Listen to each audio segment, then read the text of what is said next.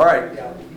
Good evening, everybody. I appreciate everybody coming out to our first, I guess what I've been calling a public safety town hall. I don't know that that's really an accurate name for it. We might call it a police department town hall or a law enforcement town hall. Public safety to me would indicate the fire department and EMS should be here, which they are not. So this is more geared towards the Quincy Police Department.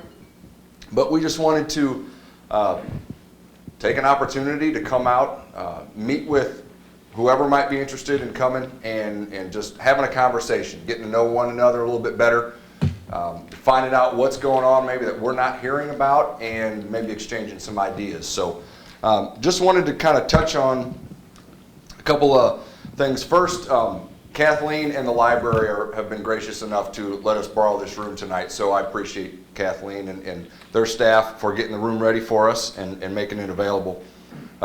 Just so kind of, again, part of the reason that we wanted to do this is so if for nothing else you can put a name with a face if you ever have to make a call to the police department or have to specifically talk to somebody. So up here in front is Mike Tyler. Mike Tyler is our Deputy Chief of Operations. So what that means is that Mike is basically in charge of everything that's patrol related within the Quincy Police Department. So the guys and gals that you see driving around in the marked police cars with the uniforms on that do the normal patrol shift stuff, Mike is in charge of that. We got Mike as our deputy chief. We have 2 patrol lieutenants, one for day shift, one for night shift, and then each shift has 4 sergeants and 2 squads. So 2 sergeants and then supposed to be 9 officers per squad, and we're far from that. But 2 sergeants and like roughly 6 or 7 officers per shift right now.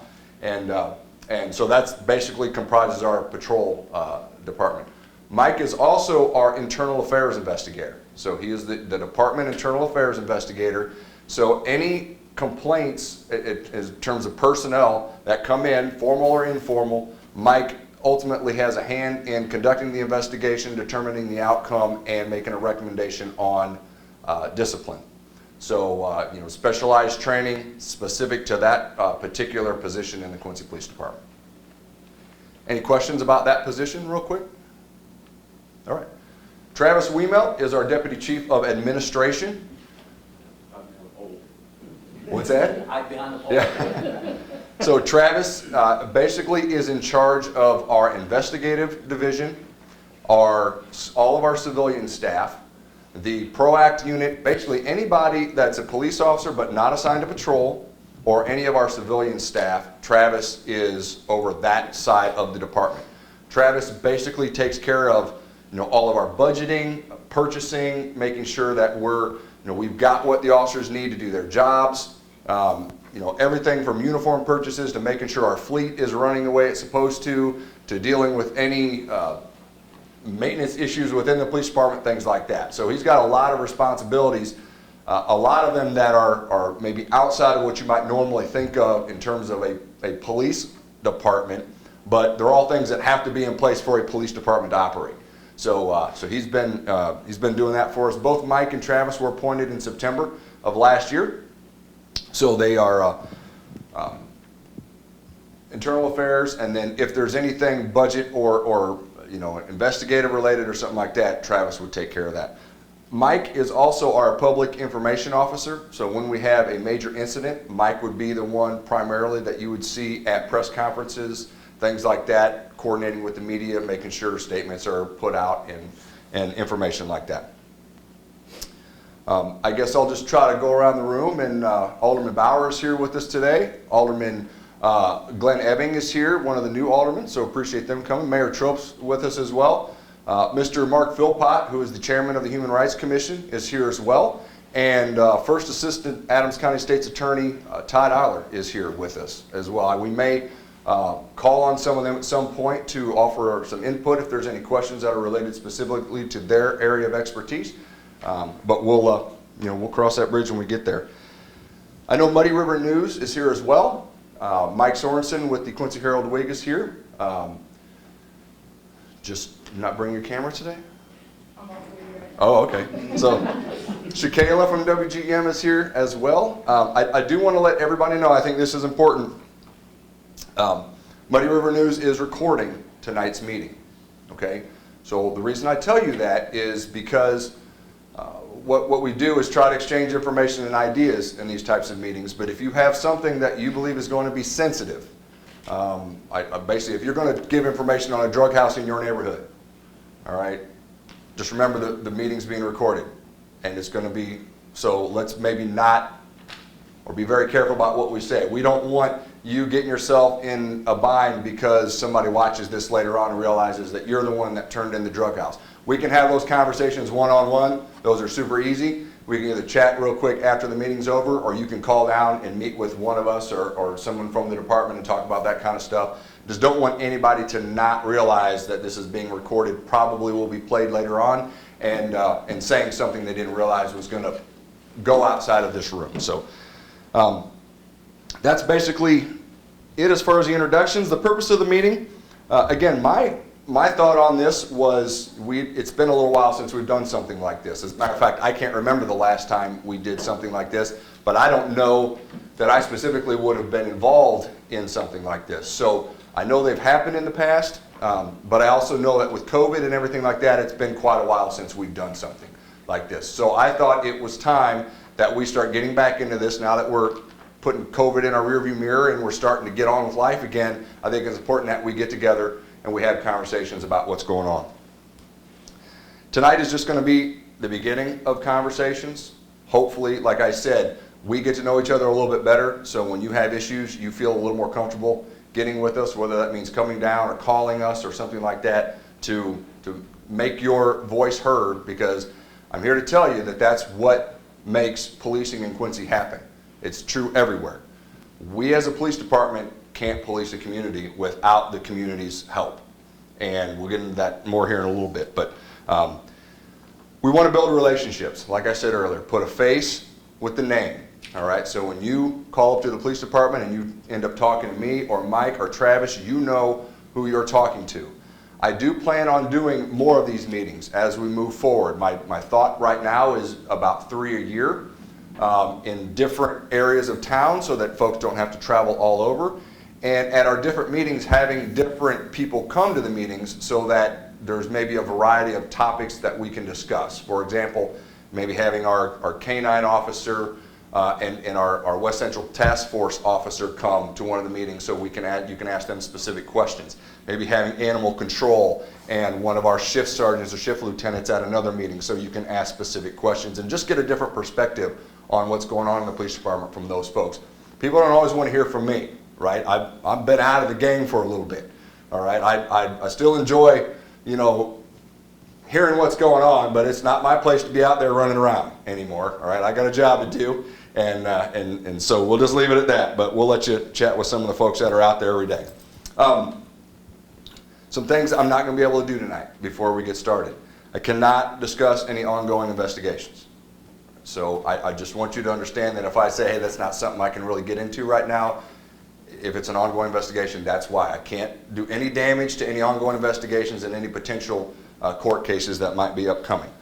I'm also not going to discuss personnel issues. That's a legal thing that we're not allowed to do. So if you have a specific complaint about something that happened or something that an officer did, we want to know about that. That's how we learn. That's how we grow. It's how we get better. But what we'll do is we'll have you talk to Mike or Travis about what's going on, and they can get some information from you, and then we can go forward. So, if you had a specific incident with an officer that you didn't think went the way it should have, please let us know. We'll look into it, get you an answer, but we can't have a discussion one-on-one. One-on-one we can, not in a group setting though. And I'm also not going to discuss specific tactics, techniques, or shift staffing numbers with you. That's just information that we don't put out there. We don't want bad guys gleaning intelligence from our meetings and learning how to defeat what we're out there trying to do. I'll do my best if you have specific questions to give you an understanding of procedurally why we're doing things. But as far as, when you guys, get to a search warrant, what's the first thing you do? We're not going to talk about that kind of stuff. You probably get on YouTube and figure all that stuff out. But, from the standpoint of what we specifically do at the police department, that's not something we're going to discuss. So, if any of you have any knowledge about police history, you may know that Sir Robert Peel is basically the father of law enforcement. And he was a a guy from long ago in London that started the Metropolitan Police in London, and he had a lot of very forward-thinking ideas when it came to policing. A lot of those ideas are things that we hear and that we try to ascribe to today, like treating people with respect, right? Understanding that the police are part of the community and that the community are the police. Making that connection that we can't go out and be the police without having a community that's going to let us know what's going on, that's going to be witnesses in crimes, that are going to be able to provide us information and evidence that will help us make cases. Those kind of things, you look at the Peelian principles, and they basically line up with exactly what I think all of us in this room would agree that the police departments should be doing. All right, and so that's why we're here, because I firmly believe that the police are the people and the people are the police, and we have to work together to get things done. And some communities do that better than others, but we can always improve on that, and that's one of the things that we want to start doing here tonight. I want you to understand that if you ever have a question, you can always call. If there's ever something that's going on in your neighborhood, you can always call. You don't have to give your name. A lot of people might not understand that you have the option when you call the dispatch center to say, hey, there's a loud party going on at this particular address. I don't want any contact from the officer. I don't want my name going in any report, but it's loud and I'd like the officers to go ask them to turn the music down. All right. We're happy to do that. The issue that goes along with that is when we don't have a complaint or a victim or a witness, then it really limits our ability to enforce the law. So if you've not heard, the police officer's peace cannot be disturbed. So even if there is loud music at a house, the police officer can't drive by on the street and say, you know what, that's too loud, I'm going to go have them turn it down, and if they don't turn it down, I'm going to write them a ticket or I'm going to arrest them for peace disturbance. That's illegal. So what we would need in a case like that is for the person whose peace is being disturbed, the young mother with the child at 10 o'clock at night that's trying to get the kid to go to sleep and can't because the music's too loud, she would have to say, yep, you know what, I've had enough. This is the third night in a row and I just can't take it anymore. I'm willing to go to court and testify. I want you guys to do something about it. And then we can move forward with a prosecution that way. All right? It's, you know, we understand that a lot of times, not a lot of times, all the time, you have to live in the neighborhood that you live in. All right? And it's difficult to turn somebody in for something that they're doing that's illegal, all right, when you have to continue to live next to them. All right, we all understand there are potential repercussions that could come from things like that. So we will do our best to mitigate or solve a problem for you without you being involved, but just understand that it limits our ability to do that. And that's something we may talk about a little bit more later. If you do want something done about a particular instance, then witnesses are required to testify in court. That's something we try to make very clear to any of our victims or witnesses that call us and need something done. We'll ask, was your peace disturbed? Yes, my peace was disturbed. Are you willing to go to court and testify? Yep, I'll go to court and testify. Perfect. And then we go do our thing and send the case off to the prosecutor, and they go from there. If at some point you change your mind and you don't want to be a witness anymore, or you don't want to be a victim, then it would make that case very difficult to prosecute. So if you don't show up for court, then the case gets dismissed. That's kind of how those things go. The only time really we can, as an officer, go testify in an entire case is when we witnessed what happened. So your traffic stop, speeding, things like that, things that happen right in front of an officer, generally we like to have witnesses but don't have to have them. But if something happens and then you call us and you make a report, we're going to need you to go to court. That's just how that works. So I want to make sure everybody understands, and if you have questions about that later, you can ask me about that. So that being said, the one thing that I figured as we're coming together that we're going to want to at least address some specific issue. The issue that we're dealing with right now is vehicle burglaries and car thefts. If you've not heard this, you're sitting in this room, then this has been an issue for us going on for about a month now. As a matter of fact, I got a Facebook message just this afternoon. It caused me to go back and start doing some checking on a video that I posted on Facebook, and it was April 26th. And we had been having a couple of vehicle burglaries, gotten a bunch of reports in the morning, and a nice resident sent us a video and said, hey, nothing was stolen out of our cars, but I just thought you guys might want to look at this video. And it wasn't a video that was great in terms of identifying who the suspects were, but it was a great video that demonstrated the importance of locking your car, because it shows the 4 suspects walking up the street, and they kind of go up to the 2 cars that are sitting in the driveway, and a suspect grabs the door handle of each car, they pull it, the door doesn't open, and they immediately turn around and they take off back down the street. And that's when I got that video and I watched it, I said, hey, this is fantastic. Would you mind if I use this video? Because I think this is a great example of why you lock your car. And she's like, absolutely. So it's important that we do what we can to try to secure our own belongings and protect ourselves from crime. Some people will say, well, look, I have a right to leave my car unlocked in my driveway. You absolutely do. Don't take that the wrong way. On Mary Griffith's show the other morning, I said, you also have the right to walk down the middle of the street with $10,000 cash on you in the middle of, the night. But that doesn't mean something bad might happen to you. If someone knows that that's what you're doing. So, we want to try to help you protect your own property. If something does get stolen, if someone does break into your car, we're going to come out, we'll take a report, we'll investigate it. But what ideally we want to happen is just to deter that activity altogether. I can't even tell you, Mike may know off the top of his head, but we've had a number of stolen vehicles during this rash of vehicle burglaries. And I believe the suspects are breaking into cars. They find a set of keys in the car, off they go. They generally drop the car off somewhere and then get out and start looking into more cars. So we've not yet had one that I'm aware of where they actually hotwired the car or did something along those lines to steal it. All of them have had the keys in them. And I'm talking about how many, Mike? Do you know? So from May 1st to yesterday, we had 19 burglary vehicles, and we had 7 stolen cars in the city of Quincy. And then a couple months ago, in a 2-week period, I think it was like April 19th to like April 28th, when we did that news story, we had, I think it was 18 vehicle burglaries and around 9 stolen vehicles.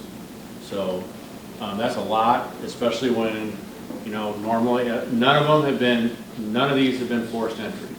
None of the vehicle burglaries have been forced entry. Everything's been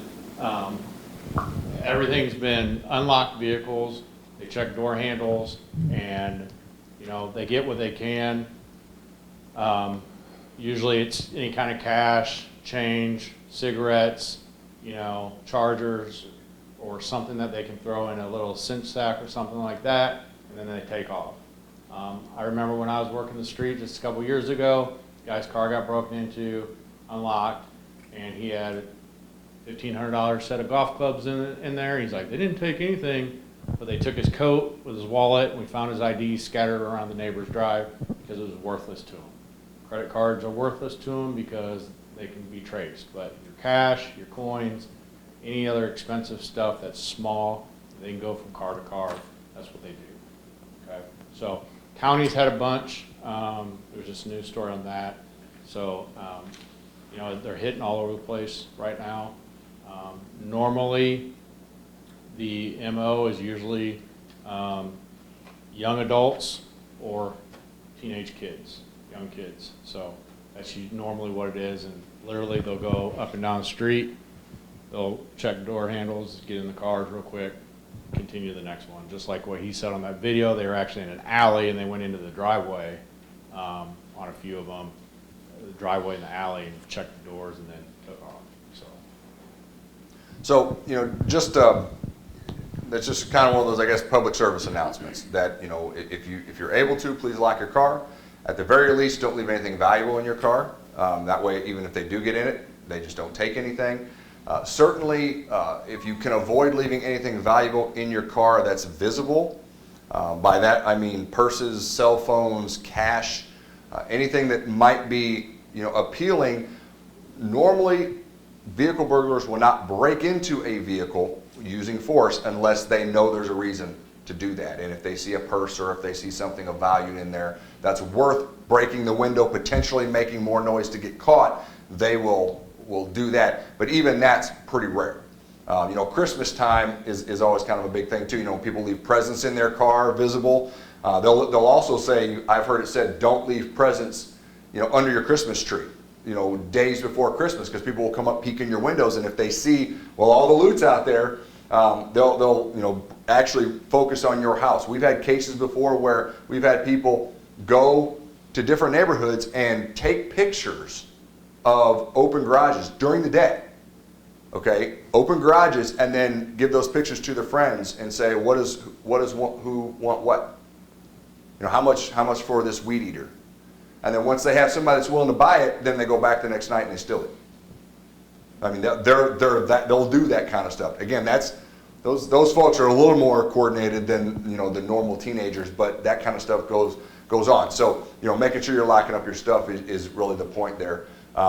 And even more so, we've been getting a lot of good video from folks, but if you're up at 2 or 3 in the morning and you hear something or you see something, please call us. We've been focusing patrols in the areas where we've been having the issues. We haven't had a lot of luck up to this point, but if somebody notices somebody walking through the alley at 2 o'clock in the morning, that's never a good thing, I promise you. Okay, so if you see that, again, you don't have to give your name, but just let us know, because now we know what alley to go to and start checking to see what's going on. Or if you see folks that are going up and down. The number of times we've caught burglars because somebody says, well, so-and-so was walking through the Walmart lot pulling on car doors, and they try to be very slick about it. They'll just walk by and they'll pop there until they get a door to pop, and then they'll turn around and get in the car. And a simple call like that, they may not have gotten into any of those cars, but when we stop them and we do our investigation and their backpack is full of GPSs and change and cigarettes, sometimes we can trace that stuff back to other vehicles that they've broken into. So those are all things that, as a community, you can help us do by just letting us know what you're seeing that's not, doesn't look right or doesn't sound right, and we'll be more than happy to go check it out. Yes, Mark? Is there anything to suggest that this might be an organized effort as opposed to just some randoms or some people with nothing to do? I think it's an organized group of people with nothing to do. Yeah. As far as our investigation so far, I mean, it seems to be the same group of individuals. Yes. So how organized they are, but they're at least working together. Yes. So that's really all I have on my list. I figured, some folks have asked what was our plan for tonight. I really think that when I go out and talk to folks, I'm more curious about what you're curious about, so that we can answer questions instead of standing up here and just preaching at you about something. So what kind of questions do you have in terms of operationally or just overall police department stuff that you want me to talk about? I'm going to top off on what you're saying there. Probably wouldn't hurt to even lock them up during the daytime. I work out here close in the community, and 10:15 in the morning, I got my truck opened up, they took the change and stuff like that, right after I went back in for break. I mean, it was plain daylight. Yeah. We couldn't see his face, but we could see him in there scrabbling through things. Yep. I would say, if you haven't thought about this, even in your garage, park your car in the garage, lock the car when it's in your garage. Because, and I did this just a couple of weeks ago, but got up in the morning and went to let my cat in, and my garage door was wide open. And I'm like, you've got to be kidding me. So left my garage door open all night. And this was literally like 2 or 3 nights after we knew there were people going through our neighborhoods that had cars broken into. So I'm like, oh man. So, when you're getting ready to go to bed at night, making sure that that garage door is closed, that front and back door are both locked. If you have a sliding door, you've got something in it so someone, if you happen to leave it unlocked or if they can jimmy the lock, they can't just slide it open. Those little things. I'm a big fan of security cameras. I had a friend of mine that he was a big fan of fake security cameras. He'd get the ones that you put up there that didn't record nothing, but they had a big red light that would blink. So bad guys would see them and they would just assume it was a legit, whatever you got to do, right? And have them go somewhere else that's easier, right? I've said this before. I'll say it again. My job as the chief of the Quincy Police Department is to try to deter and solve crimes that happen in the city of Quincy. If they go somewhere else to commit their crimes, that's not my problem. Now, Hannibal isn't going to agree with that. Adams County's not going to agree with that. But my job is to try to not have crimes committed in the city of Quincy. Folks are going to be out doing stuff they're not supposed to be doing. The harder we make it for them, and the more that we deter them from doing it in the city of Quincy, I think the better off we all are. So those little things, sometimes, even just the fake signs in your yard that says ADT security system. And even if you don't have a security system, they don't know that. And if they go to the next house that doesn't have that sign, you know, there may be a softer target. So yeah, just some things to think about in terms of, you know, your own property safety and stuff like that. But we've had, you know, officers that have had stuff stolen out of their vehicles that were parked in their garages. That something happened and the garage door was left up overnight. So it happens. Yes, Andrew? Would a bait car be an option? It would be. The problem with a bait car is manpower. You put something like that out there, you have to have the folks that are able to sit and watch it, and honestly, we just don't have the folks right now. I can't think of a time we've ever done that in the city of Quincy. One time? Okay. So it's pretty rare that we do something like that, but it depends on, a lot of that has to do with the specific information that you have to work off of. Because what I don't want is to take a group of officers, put them out somewhere for 3 or 4 nights and nothing happened, right? And we kind of wasted that resource for a while. But if we had legitimate information that we knew, you know, someone was in this is the type of car they're looking for, things like that, and we had the ability to do that, we would. Right now it's centered in a particular part of town, majority, but they're all over the place. It's really hard to track down exactly. In Adams County, they're all over the place. You know, and part of, I think the problem is that they're then, you know, they get in these cars, they find one with the keys, and off they go. Now they can go anywhere. And then what we'll usually find is the car parked next to a couple of other cars that have been broken into, and then, you know, and then they just kind of leave it there. I think that luckily, most of the cars that are stolen ultimately are recovered, and very few of them are damaged. So that's good, but you know, nobody wants to get up in the morning and go to your driveway and your car not be where you had left it the night before. Not a good feeling. But it's a good idea. Is there a certain type of neighborhoods they're targeting, or more influential neighborhoods? Are you seeing anything like that, or just everything's random? Not really. It's fairly random. I mean, I think we have about north, like your 24th and Chestnut area seems to be where they're most kind of, you know, I think the collection of most of them are. They spread out from there, but not any specific items or anything. Like I say, with kids, like Mike said, it's usually change. A lot of them, it's cigarettes. You know, they can't necessarily go to the gas station and buy cigarettes, so it's just easier to walk past cars and wait till you see a pack of cigarettes and then pop the door and grab your cigarettes so you don't have to go buy them anywhere. But yeah, nothing of any major value. And the one thing that I will say, and I've said this before, that it's frustrating for us, is folks that will leave their firearms in their cars and then leave the car unlocked, out, available. And we get those more often than I would like. And clearly we want to keep firearms out of the hands of people that aren't supposed to have them. If someone's out committing burglaries at 2, 3 o'clock in the morning, this is someone we probably do not want to have a firearm on them. And when we make it easy for them to get those types of things, then it's just going to be more problems down the road. If a criminal is going to have no problem getting rid of something, it's going to be a firearm. And ultimately the damage that can then come along with that is significant. So if you're the type of person that has a concealed carry permit, or you normally travel with a firearm, you know, we just ask that you take it with you into your house, or put it in a secure, something that's mounted in your car that somebody can't get into and can't just pick up and leave with, because those are ultimately going to cause us some issues down the way. And they're easy to track once we find them, but usually something bad has to happen for us to come across them, and we don't want anybody to get hurt. What other questions? Real quick, Chief. So, and when you're making police reports, whether if you witness a crime or whether you have information that's related to a crime, and let's just say that you don't want to make that phone call in plain view of others, is the texting 911 option still available? Or It is. Can you share about that a little bit? 911 and send a text message. Goes right into our dispatch center. They'll respond to you on the phone. Other options, and we've had people do this before. You call from your house, call from wherever you're at, and just say, I don't want an officer coming here. I want them to call me. Just say, here's my number, have them call me on the phone.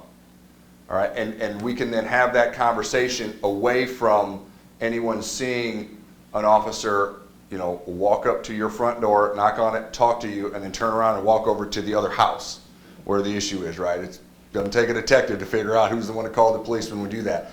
But let us know that that's what you want us to do, because the officer is, unless you say, I want no contact, then the officer is probably going to reach out to you.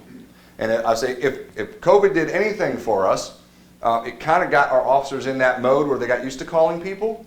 That's not always the best way to do business, but what it does is then it prevents those issues from, well, I know you're the one that called because I saw the cops over at your house talking to you.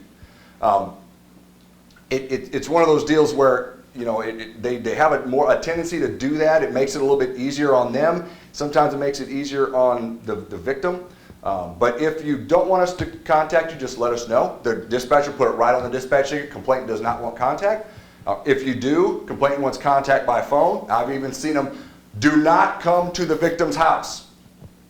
Call them on the phone. Make it very clear that you do not want the police officer walking up to your front door. Doesn't change anything for us. For the most part, we still get to have a conversation. We still get to ask questions that maybe the dispatcher didn't think to ask, or that you might not think to portray, that might be important in terms of what we're looking into. But yeah, that is certainly an option, and it's a good way to not expose yourself, unnecessarily. But we can still then exchange that information. A couple of other things, and if somebody thinks of a question, just stop me. But remember that Crime Stoppers also has its options for reporting different things that are going on in the community. On their website, you can get on there, leave a tip. They have an app you can leave tips on. You can, I think, text tips to Crime Stoppers as well. People will ask us, and we'll get calls and Facebook messages sometimes where people will say, what's the reward for this wanted person? They'll send that to the police department. We don't have any control over that. So if someone calls up and says, hey, I know where so-and-so's at, I'm going to tell you how much am I going to get in a reward. Our response is going to be, we don't give the rewards. Okay, so what you're going to need to do is call Crime Stoppers.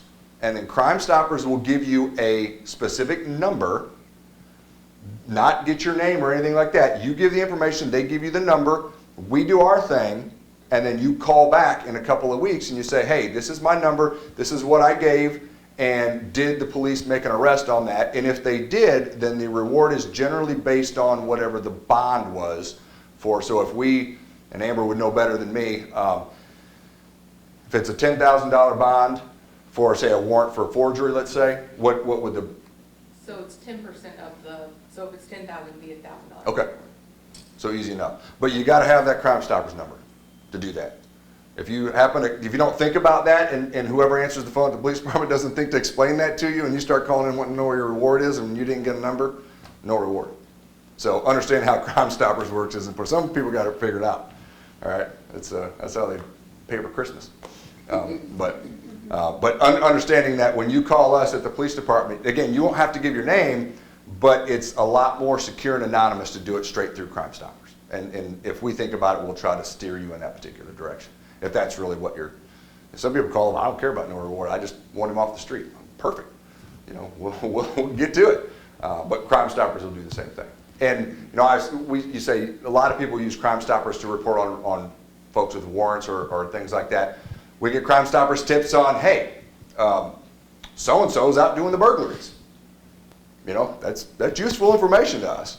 You don't want to tell us who you are. You might not want to tell us how you know that, but it's certainly, hey, it might give us a name or a couple of names that we can start looking into. You know, we can start figuring out where these folks live, maybe keep an eye on things that are going on. It's what we like to call a lead in an investigation. It gives us a direction to start going, and maybe it pans out, maybe it doesn't pan out. But it's certainly, sometimes more than what we had. It's always nice when then we get 3 different separate tips that all say that this is the person doing the burglaries. Doesn't make it, Todd will tell you, that doesn't mean we're going to go out and make an arrest, but it certainly means that, well, there's at least some credibility to this information because now several people have told us that this is the same person. So all that stuff is very handy, and all that stuff can be funneled through Crime Stoppers. And even if you're not interested in a reward, but we just want to make sure that you stay anonymous. For some folks, that's very important. We don't want to put anybody on the spot that doesn't want to be or is not willing to be an active participant in what's going on. Sometimes we may have a conversation with you and encourage you to do that because, like without your testimony or you being a witness, we're not going to be able to do anything. And if you do, we definitely are going to be able to do something, and we think it's important. So we might try to, talk to you and just say, hey, what are your concerns? But we understand certainly that, again, you have to live in the neighborhood that you're in, and that can be difficult. Trust me, I do that same thing in my neighborhood.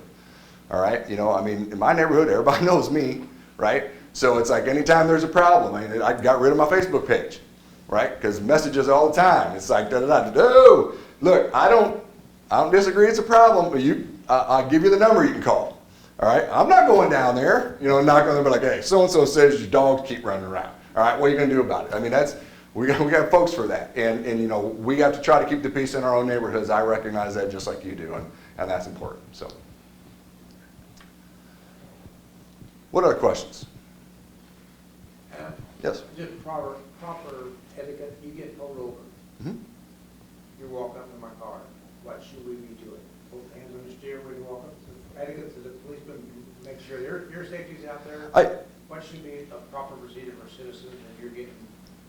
I don't know that. By a police officer? So, it's a good question.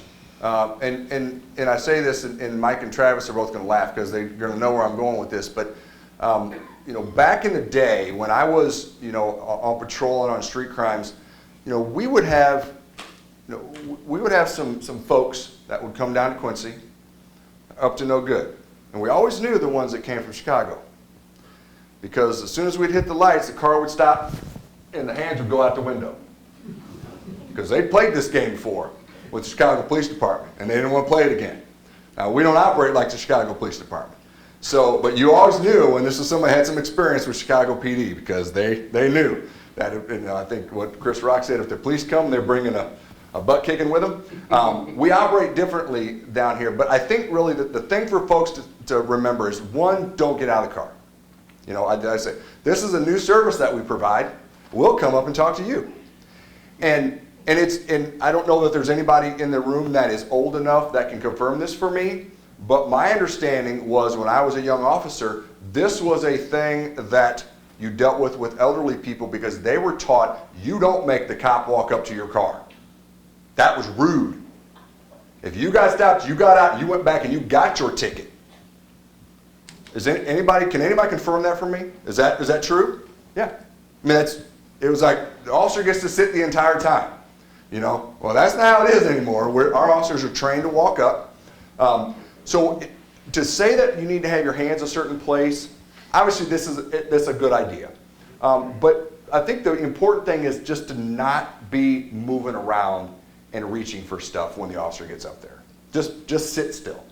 Whether it's with your hands on the steering wheel here, or maybe your hands on the steering wheel here, or just laying in your lap so that the officer can see that there's nothing in your hands. That's really all we're looking for. When the officer says, hey, can I take a look at your driver's license and your proof of insurance? If it's me, right, and I don't carry a wallet because I can't stand wallets. I can't stand anything in my pockets. But I would say, it's in the center console. Is it okay if I open it up and grab it? Sure, go right ahead. The officer might shift his position a little bit just to make sure when you open up the console, he doesn't see anything in there that you're not supposed to be reaching for. Certainly, it's not required by law, but if you have a gun in the car, it would be best that you let the officer know that early on. I say that, there's no requirement in the state of Illinois for you to do that. If you take a concealed carry class, most of them are going to tell you that's not a requirement of the law, but it's a good idea, all right? Because we don't want there to be any miscommunication about what's going on. But yeah, just doing that, hey, my insurance is in my glove box, I'm going to reach across and pop that open and grab it for you, is that okay? And absolutely, we understand that's where that stuff's at.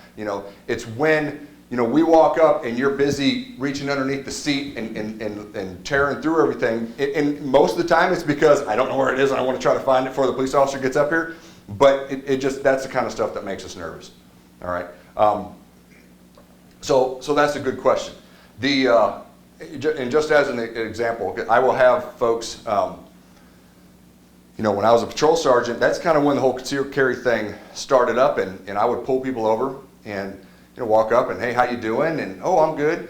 And we'd do our thing, your driver's license, insurance, yep, here you go.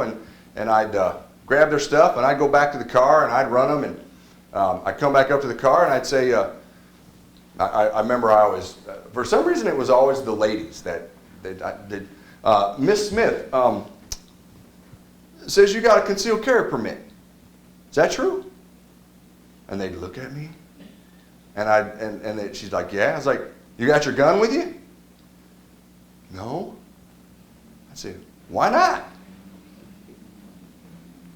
Well, I said, well, what happens if you need it? And you don't have it with you. It's not doing you a whole lot of good at home, is it? And just kind of break that ice a little bit, because people think that we're all terrified by this kind of thing. And I mean, what I'm terrified of is the gun that's in the car for the guy that doesn't have the concealed carry permit, right? And it has the serial number scraped off of it. That's what scares us, all right? If you have a right to carry a gun and you have the permit, I tell people, I ask people all the time, well, how come? I'm curious, because we're police officers, and we are obviously by law allowed to carry concealed weapons when we're off duty. I tell people that I'm going to go get my concealed carry permit. I'm like, you are? I said, are you going to carry concealed? Absolutely. I said, well, I'll just tell you that statistically 50% of the people that get their concealed carry never carry concealed. And then of those, about 10% carry regularly. People say, well, why? Because it's a pain in the butt. It's uncomfortable. You got to worry about it's going to fall out. Somebody's going to see it. You're going to walk in somewhere and have to go through a metal detector and be like, crap, and turn around and go back to your car. There's rules that are attached to it that make it very inconvenient. And so I say, get your concealed carry. That way, if you need it for some reason, maybe you're going to a special event or something like that, you want to have something on you to protect you. But that's statistically how it works, because it just is terribly uncomfortable, and it can be a real hassle.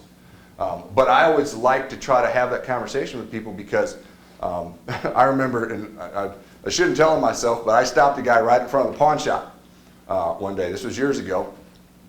And, I walk up and he said, hey, just so you know, I've got a gun in the car.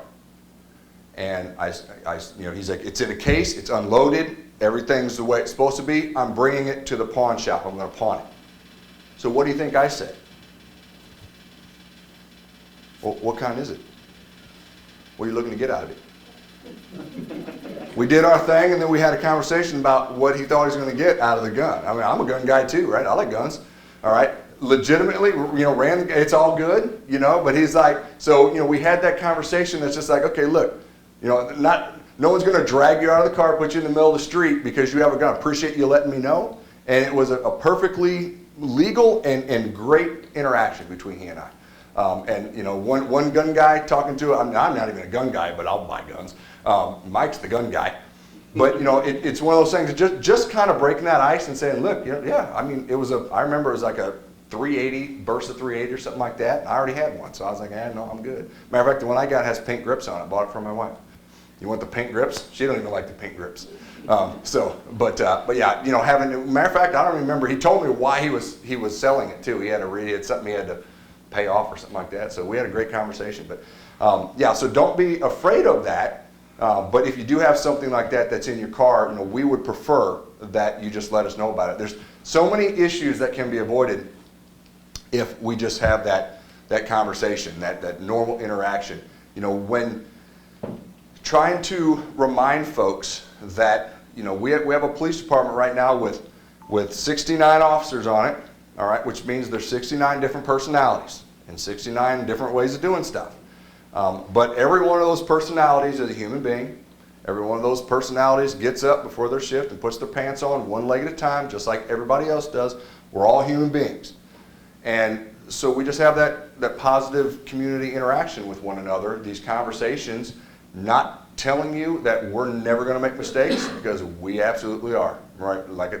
As I go back to that, we're human just like everybody else. All right, when we make a mistake, you need to let us know about it. All right, you need to let the officer know that you're not happy with something that happened, if it's a service type of thing. If that doesn't work, you need to reach out to the officer's supervisor. Say, hey, look, I was stopped by this officer and I feel like I was treated inappropriately. And that supervisor can then look into that. You know, we've got in-car video and we've got body cameras. Very rarely do we have an instance where we have an interaction that takes place that we can't go back and watch. And if need be, we might invite you down. Say, look, I'm not seeing what you're seeing in terms of how you were treated. Why don't you come down to the police department? We'll watch the body camera footage together and you can show me where you felt that this was inappropriate. Now, to be honest with you, a lot of times we never hear back from the person after that. All right, somebody that got arrested that didn't want to get arrested, but that being said, we're happy to do those types of things. That's, I think, what we have to be willing and able to police ourselves in order to earn and maintain trust within the community.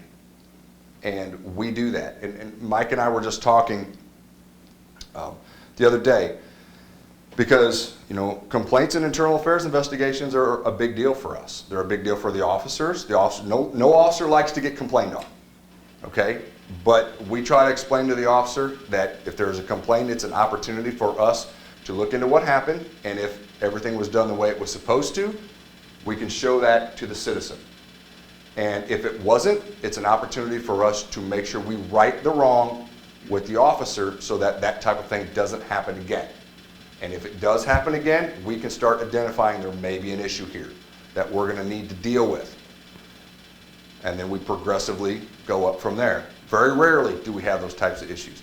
But Mike and I were just talking, and I can't remember the numbers, but he was talking about the number of internal affairs complaints or investigations he's done so far this year.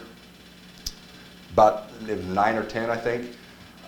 It doesn't matter. 8. Okay, 8. And of those, how many were generated internally? 2. And of those, how many ended up in some type of discipline? The internal one? Yes. Well, of all of them. Of all of them? 2. And where were those from? Internal. Okay. So 8 complaints, 6 from folks outside the police department, 2 that we started internally on our own because of something we came across while we were doing something, and those 2 were sustained. The other 6 were complaints from folks that we did investigation, and it determined that the officer either had not done what they were accused of, or there was not enough evidence either way. So we take this very seriously, and I say that because the 2 that resulted in discipline were things that we generated as a police department internally, that no one had to call down and complain about. We found and we dealt with on our own. And I'm a big proponent of that. The public has to understand that we are willing to hold our officers accountable. We do need to know when we misstep, all right? Because a lot of times it might be, you know, ignorance to a particular policy. It may be the officer was having a bad day and we need to have a conversation. Maybe there's something else going on that we need to get the officer some training or some resources to make sure that this doesn't happen again. But we want to fix the problem. We have a hard enough time finding good cops. We want to make sure we keep the cops that we have. So we need your help to make sure that we're doing things the way that we should be doing. I give this example. This is one of my favorite examples. Most of you probably don't understand case law. Mr. Eiler will know what I'm talking about. But when I was a young patrol officer and detective, there was case law that said that if you had probable cause to believe that there was evidence in a vehicle, that you could go and you could search that vehicle if you stopped it, say, on a traffic stop. The trunk was not included in that. So you had to have specific probable cause in order to get in the trunk of a car. Generally, the way we do that is we still had search incident to arrest on a vehicle. So if I arrested you out of your car, say because you had a warrant or a suspended driver's license, I then had the right to search the passenger compartment of your car. Does not include the trunk. So I was a young detective out on the road, still ready to rock and roll, and I don't know why I ran a stop sign, so I stopped this gentleman, go up there, got a warrant for his arrest. Okay, so patrol officer comes, backs me up, very young patrol officer, and I get the gentleman back there, handcuff, and I search him, and I say, you know, officer, would you put this gentleman in the back seat of your car? I'm going to go search his vehicle, which was a standard practice then. I'm up there, I just start searching the vehicle, and I look back and I see the officer pop the trunk and start going through the trunk. And I stop and I take a step back, and I'm thinking to myself, why is he doing this? And so I said, hey, did you ask him for consent to search the trunk? And he's like, no. He's like, I always search the trunk. I'm like, clearly you haven't found anything yet. And he's like, well, no, why? I'm like, because it would have got suppressed. That's why. And so we had to have a conversation about the fact that it was literally just a misstep. The officer it really hadn't come up, you know, in his short time on the department. So we had a conversation about, okay, look, the trunk is a special thing. And unless you have specific probable cause or a search warrant or consent, you can't just dive in somebody's trunk. He's like, I had no idea. He's like, I've done it before. Nobody said anything. Learning process, right? We have to make sure we're doing things the right way. So, you know, those are the kind of things that we want to try to figure out early on so we can get them rectified. You know, but people, we always make the analogy kind of is, you know, we have rules we have to follow, right? Search and seizure is a big part of what we do. You know, we just don't get out, put people on the wall and start searching them. That's illegal, all right? The stop and frisk stuff that you heard in New York, I never understood how they got away with that. All right, it's illegal. But when we you know are taught and we're talking to young officers, you know, the question is like, well, yeah, but what's the big deal? Well, I'll tell you what the big deal is.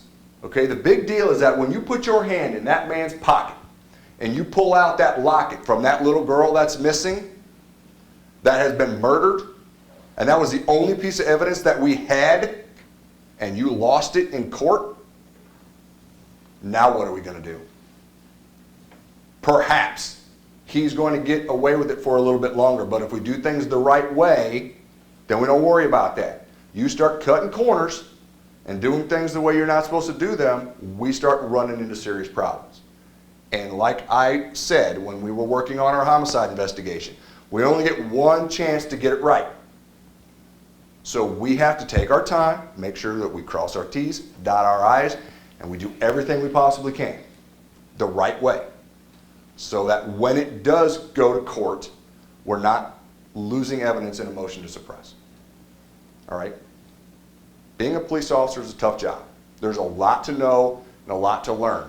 I don't think you ever get to the point where you're comfortable with everything.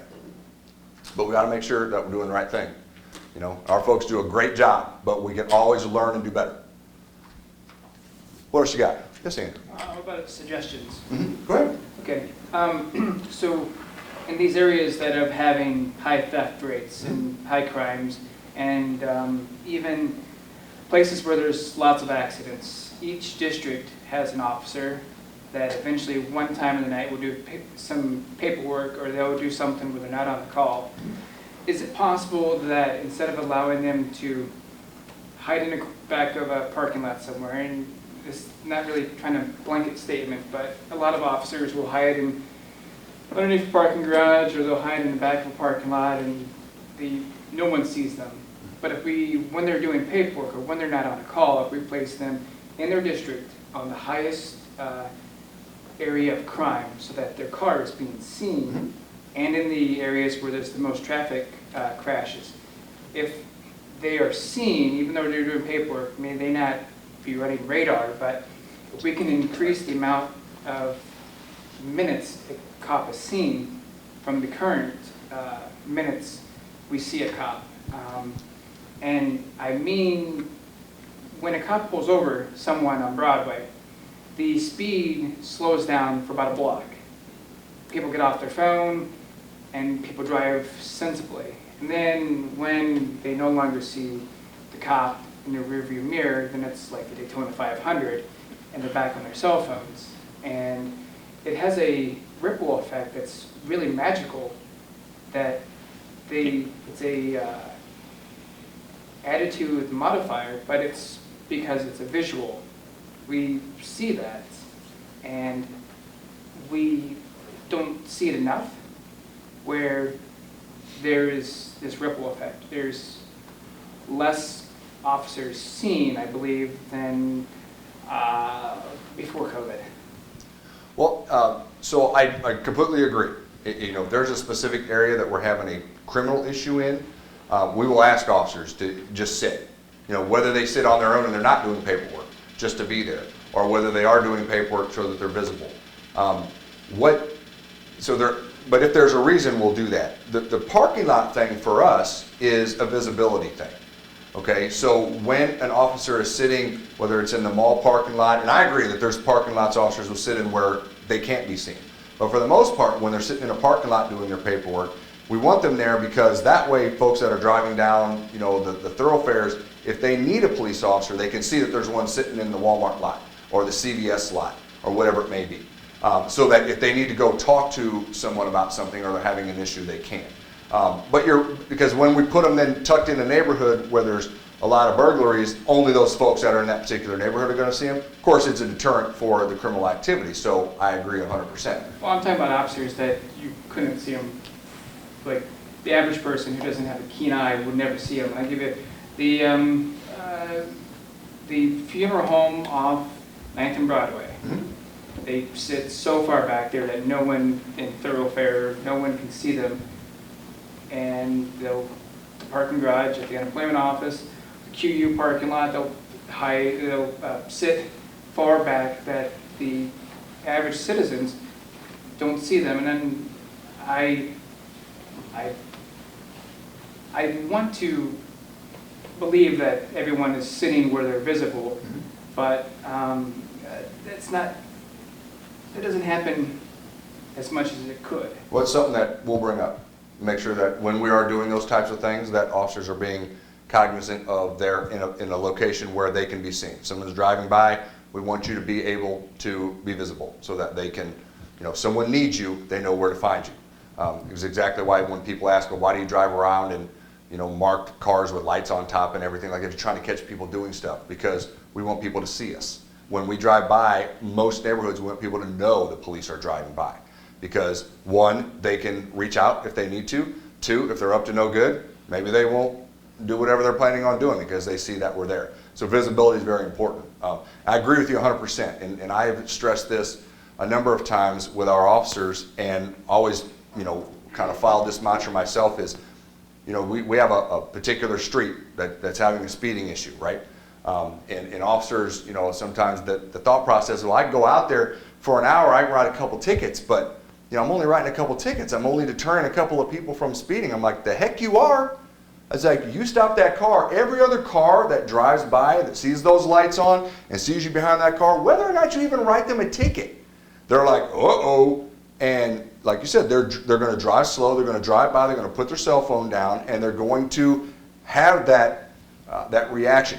One of the big reasons why I'm not a fan of red light cameras, not a fan of speed cameras, all right? Because you don't get that immediate reaction, and you don't get that residual effect on the other motorists that know they're out here, they're doing enforcement action, and I better slow down too, even though I'm not the person that's being stopped. I think there's a huge advantage to that, and I agree with you 100%.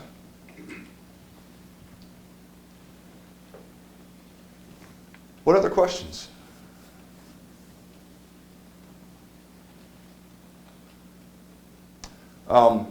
Obviously, well, we're getting there, aren't we? Next week's a big week. There's a trial that's going to start on Monday.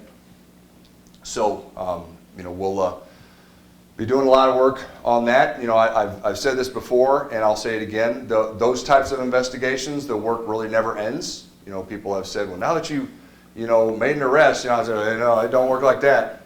I mean, it's up till the trial's over, and then the work even continues after that to ensure that if there's any appeals or if there's any questions after the fact, that we, you know, have again, dotted all the Ts and crossed all the Is. So, you know, but I really, you know, I think our investigative section did a great job on that investigation. We'll see how the trial goes next week. But, you know, again, back to the thefts and the property stuff, you know, if we could just make sure that we're locking the cars, taking the keys in the house with it, that's going to go a long way to deter folks. But if you do have something happen, please call us. If you do see something that's unusual in your neighborhood, please call us. We need to know. We need to know where to go to look for the bad guys. Again, understand you don't have to give your name. If you do have any issues at all right, there's a number of ways to get a hold of us. There's a generic QPD email address that you can find online. Heck, my email address is on the city's website, so you can shoot me an email and I can get it where it needs to go. But I think you can send an email to qpd@quincyillinois.gov, or you can send a email to COQ QPD, which is City of Quincy Police Department, abbreviated. That comes in. I check all those emails personally, route them wherever they need to go. If you have something, a concern, if you have some information, understanding if you send an email, those are kind of trackable, all right? So be careful if that's what you're concerned with. But if you do, you know, if let's say you have an issue, you know, with speeders in your neighborhood, all right, you're welcome to send us an email. We'll see what we can do to try to rectify that issue for you. But I look at all those and send them all. You can send us a Facebook Messenger message, or you can just call us and say, hey, you know, send an officer out. I got some information about some stuff that's going on in my neighborhood, or whatever it may be. We want to have more interactions. You know, we encourage our officers to get out of the cars and go talk to folks in what I like to refer to as non-enforcement encounters. All right, just because. You know, that's how we build relationships. I wish we had more cops. I wish we had more time to do that kind of stuff. I know the officers do a fairly good job. I mean, when I see them out with the kids and they're coming in and they're buying popsicles and going down to the basketball court, you know, I mean, they love doing that kind of stuff. The problem is that they just don't have a lot of time usually to do that kind of stuff. We keep them very busy. But yes, please let us know if you have any issues or concerns at all. Like I've said to the media, I plan on kind of doing these periodically. My thought is maybe one end of summer, early fall. If you don't know, we've kind of redistricted our city in the last year. So we used to have 5 districts. We now have 6. So District 1 is from, remind me, I think it's Chestnut North and from 18th Street West. District 2 is 18th Street East and Broadway North. District 3 is from Broadway South and 18th Street East. District 4 is from State South and from 18th Street West. District 5 is from State to Broadway, west of 18th. And District 6 is from Broadway to Chestnut, west of 18th Street. That doesn't really mean anything to you, but when we assign the officers, we try to assign the same officers in the same districts. They bid their districts at the beginning of the year so that we try to have consistency.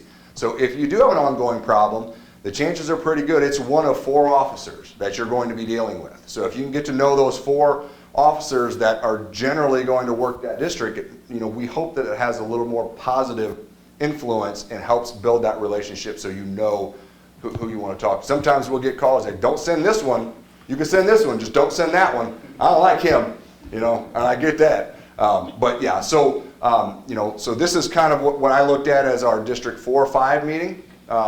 We'll probably, District 1 and 6 meeting the next time, find a location over there, and then a District 2 and 3 meeting, maybe sometime, maybe around the holidays if we can get that worked in. So, but, you know, don't obviously wait for a meeting to give us a call, send us an email, let us know if there's an issue or a problem, because that's what we're there for, is to try to work together to find solutions for what's going on. So appreciate everybody coming out, hanging out. We'll stick around if you want to ask any questions. You're more than welcome. So thank you all very much for being here.